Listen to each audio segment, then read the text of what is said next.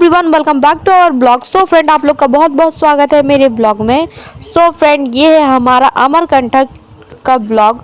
So friend, अभी हम लोग यहाँ से स्टार्ट कर रहे हैं नर्मदा माँ के उद्गम स्थल पर जाने के लिए स्टार्ट। और यहाँ से दूर से ही आपको दिखाई दे रहा है नर्मदा माँ के उद्गम स्थल के मंदिर का main gate. So friend, let's see, देखते हैं, करते हैं माता के दर्शन। सो चलिए चलते हैं फटाफट।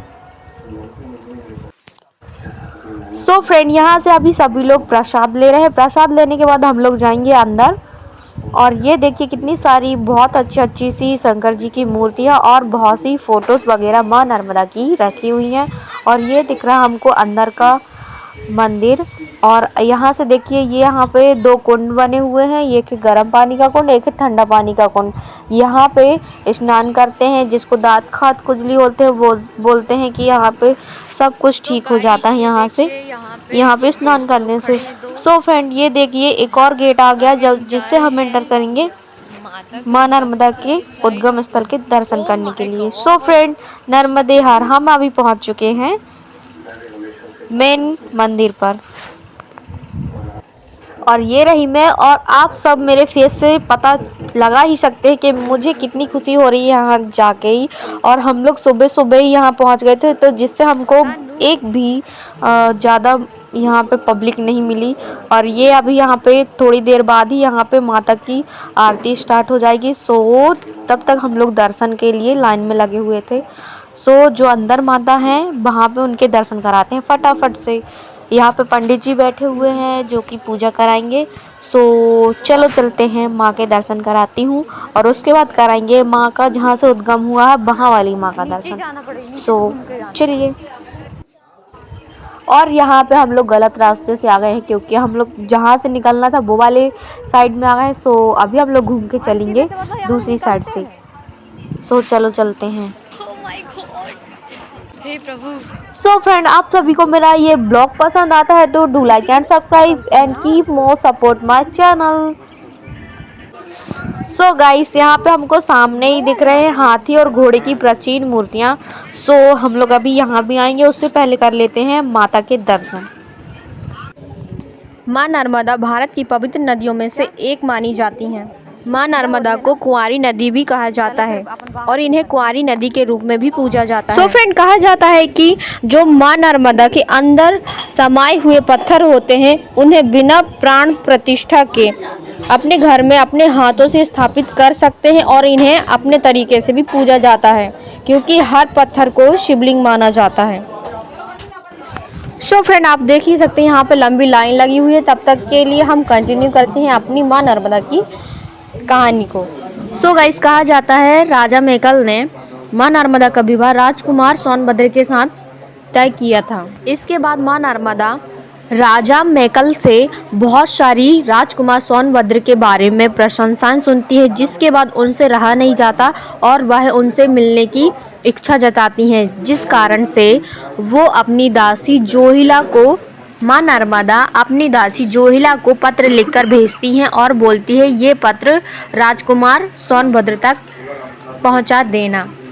इसके बाद जोहिला, जो माँ नर्मदा की दासी होती है, वो राजकुमार सोनभद्र के पास पहुंचती हैं, लेकिन वो उनको दूर से ही देखकर उन पे मोहित हो जाती हैं। वो उनको बहुत ही ज़्यादा पसंद आ जाते हैं, जिस कारण से वो अपना ही नाम नर्मदा बताती हैं और ख़ुद को नर्मदा बताती हैं, जिस कारण से राजकुमार सोनभद्र उनको नर्मदा माँ समझ के उनको ही पसंद करने लगते हैं। लेकिन जोहिला को वापस आने में बहुत टाइम हो जाता है, जिस कारण से माँ नर्मदा को बहुत ज़्यादा बेचैनी होती है और वो भी ये तय करती है कि मैं खुद राजकुमार सोनभद्र के पास जाऊँ। सो गाइस, जोहिला को टाइम हो जाता है वापस आने में, तो माँ नर्मदा ये तय करती है कि मैं खुद राजकुमार सोनभद्र से मिलने जाऊंगी। उसके बाद माँ नर्मदा राजकुमार सोनभद्र के पास जाती हैं, लेकिन उनको ये पता चलता है कि राजकुमार सोनभद्र जोहिला को पसंद करने लगते हैं। वो दोनों एक दूसरे को पसंद करने लगते हैं। इस कारण से माँ नर्मदा वहीं से बोला जाता है कि वहीं से वो वापस चल देती हैं उल्टी दिशा की ओर। सो सारी नदियां हैं जो होती हैं वो पश्चिम दिशा से पूर्व की ओर बहती हैं, लेकिन माँ नर्मदा एक ऐसी नदी हैं जो पूर्व से पश्चिम की दिशा में बहती हैं। और अरब सागर में जाके मिल जाती हैं। सो गाइस कहा जाता है तभी से माँ नर्मदा ये डिसाइड करती हैं, तय करती हैं कि मैं अब शादी नहीं करूँगी। तभी से वो कुंवारी नदी के नाम पे विख्यात हो गई और प्रसिद्ध हो गई। सो गाइस बोलो नर्मदे हर, नर्मदा मैया की जय। और आगे की वीडियो देखने के लिए आपको ये पूरा वीडियो देखना पड़ेगा। सो बने रहिए मेरे ब्लॉग के साथ। और ये देखिए यहाँ पे माँ नर्मदा दिख रही है। आप सभी को ढेर सारा आशीर्वाद दे और मेरे को सबसे पहले दे। सो गाइस करिए माँ नर्मदा के दर्शन। और यहीं पे होती है माँ नर्मदा की आरती। और अभी आगे दिखाऊंगी आपको माँ नर्मदा का कहाँ पे उद्गम हुआ है।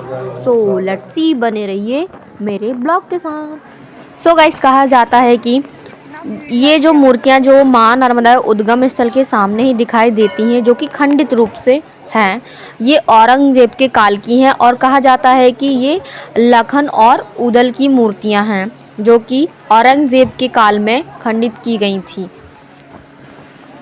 और यहाँ देखिए गाइस, अभी इतनी सुबह है, उसके बाद भी यहाँ पे हाथी और घोड़े की मूर्तियों के पास इतनी भीड़ लगी हुई है। सो गाइस यहाँ पे हम भी फटाफट से चले जाते हैं हाथी के नीचे से निकलने के लिए। क्या हमने पाप किया है या पुण्य किया है?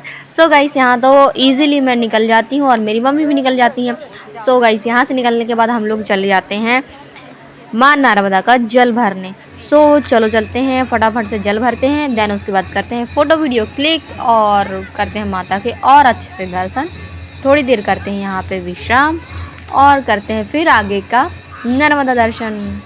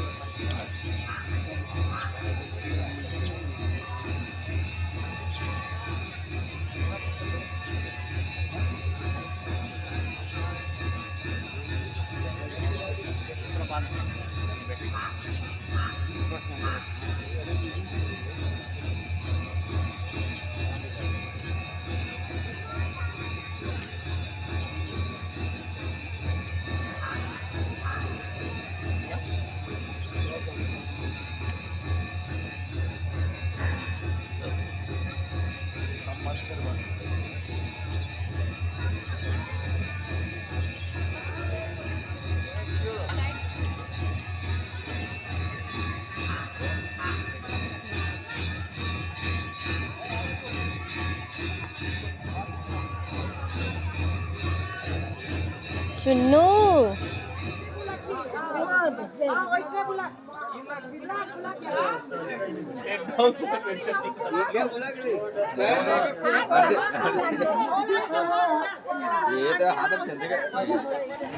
सो गाइस अभी चल रहा है अप्रैल का मंथ।